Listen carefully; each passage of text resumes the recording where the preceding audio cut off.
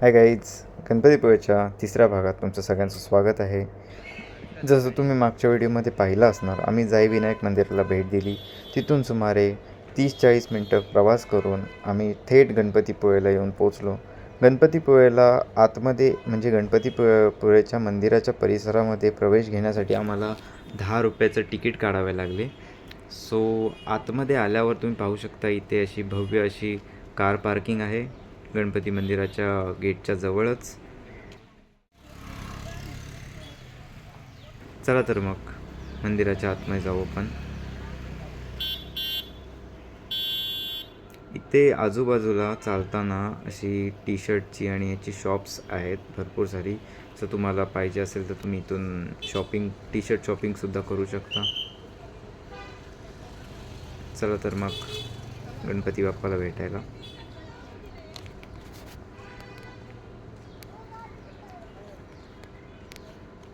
जसा गणपती मंदिराच्या आवारात आम्ही प्रवेश केला, तुम्ही पाहू शकता राईट साईडला इथे 2 व्हीलर पार्किंगची सोयसुद्धा अवेलेबल आहे. I think he free parking आहे. सो जर तुम्ही इथे 2 व्हीलरली येत असाल तर तुम्ही 2 व्हीलर डायरेक्ट आतमध्ये टाकू शकता आणि गणपती मंदिराच्या जवळच 2 व्हीलर पार्किंग करून तुम्ही गणपती मंदिरात बाप्पाचं दर्शन घ्यायला आरामात जाऊ शकता.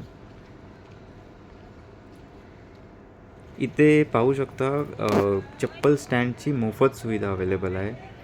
सो आपल्याला म्हणजे पैसे द्यायची गरज नाही चप्पल ठेवण्यासाठी. इथे चप्पल ठेवून आम्ही लाईनमध्ये लागलो. आम्ही गेलेलो त्या टायमाला लाईन एवढी जास्त नव्हती, तरी थोडीशी आम्हाला गर्दी लागली. चला तर मग गणपती बाप्पाचं दर्शन घ्यायला.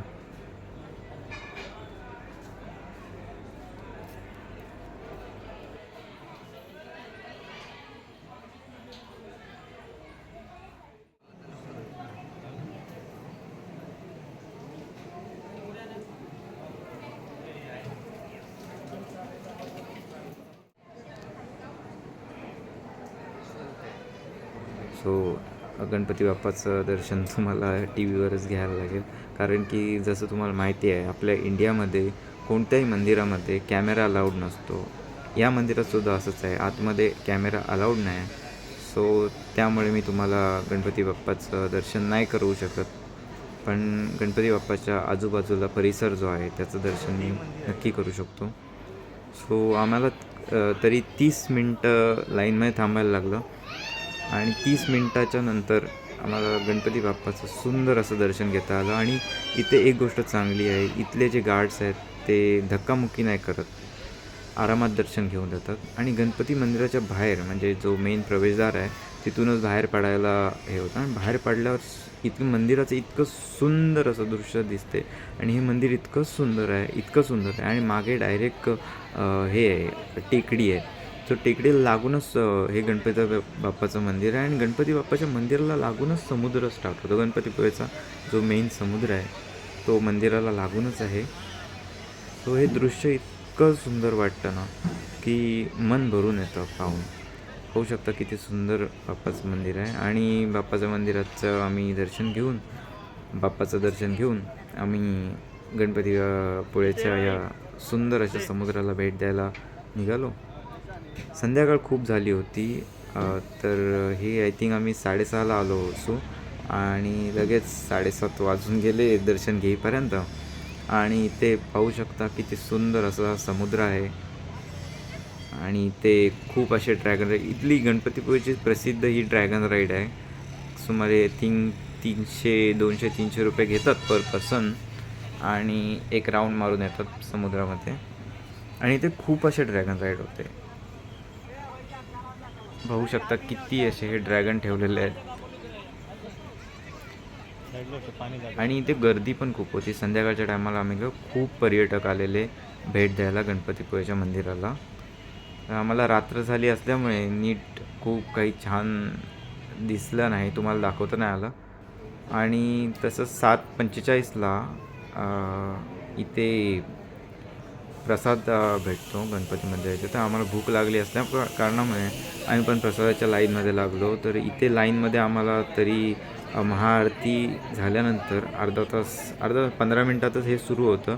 पण महाआरती आणि ह्याच्या लाईनमध्ये आम्हाला अर्धा तास लागला आणि अर्धा तास झाल्यानंतर आम्ही सहकुटुंब माझा भाऊ, आई आणि मी आम्ही खिचडी खायला घेतली आणि खूप टेस्टी, खूप सुंदर अशी खिचडी होती.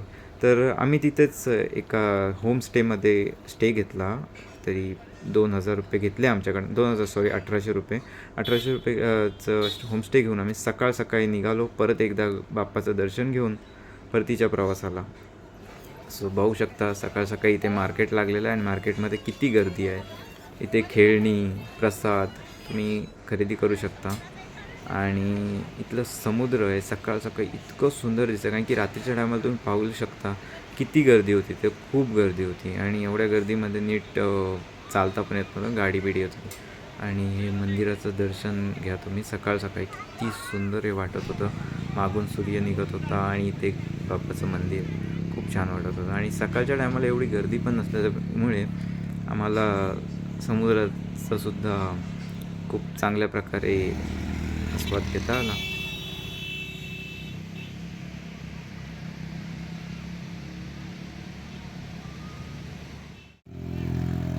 इथे घोडा राईड आहे, उंट राईड आहे आणि ह्या गाड्यांच्या राईड आहे.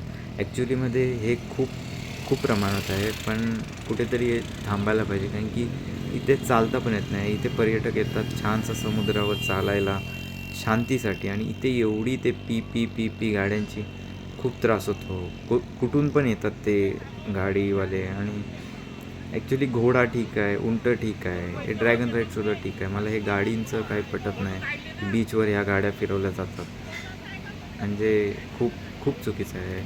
एकाद दुसरी ठीक आहे, पण इतक्या गाड्या आणि एवढे पर्यटक असलेल्या जागी, आणि ते इतकं नुसतं पी करून एवढं म्हणजे सगळं वातावरण एवढं नॉईज पोल्युशन करतात या गाड्या. पाहू शकता तुम्ही या ड्रॅगन राईड कसे ड्रॅगनला आतमध्ये घेऊन जातात. हे बघा, लाटांवरती ड्रॅगन तो वेवसारखा जातो आणि असं रोमांचदायक समुद्रातला. जर तुम्हाला असं म्हणजे समुद्रामध्ये हे करायचं असेल तर तुम्ही ही ड्रॅगन राईड नक्की ट्राय केली पाहिजे एकदा तरी. इथे समुद्रामध्ये आतमध्ये घेऊन जातात आणि आय थिंक आतमध्ये घेऊन झाल्यावर तिथे पाडतात आणि तिथे समुद्रात पाडल्यानंतर परत चढवतात आणि परत खेचत समुद्रकिनारी घेऊन जातात. तसं तुम्ही पाहू शकता यांना परत आणण्यात आलेलं आहे. चला तर मग गणपतीपुळेच्या पुढच्या भागात भेटू. Thanks for watching.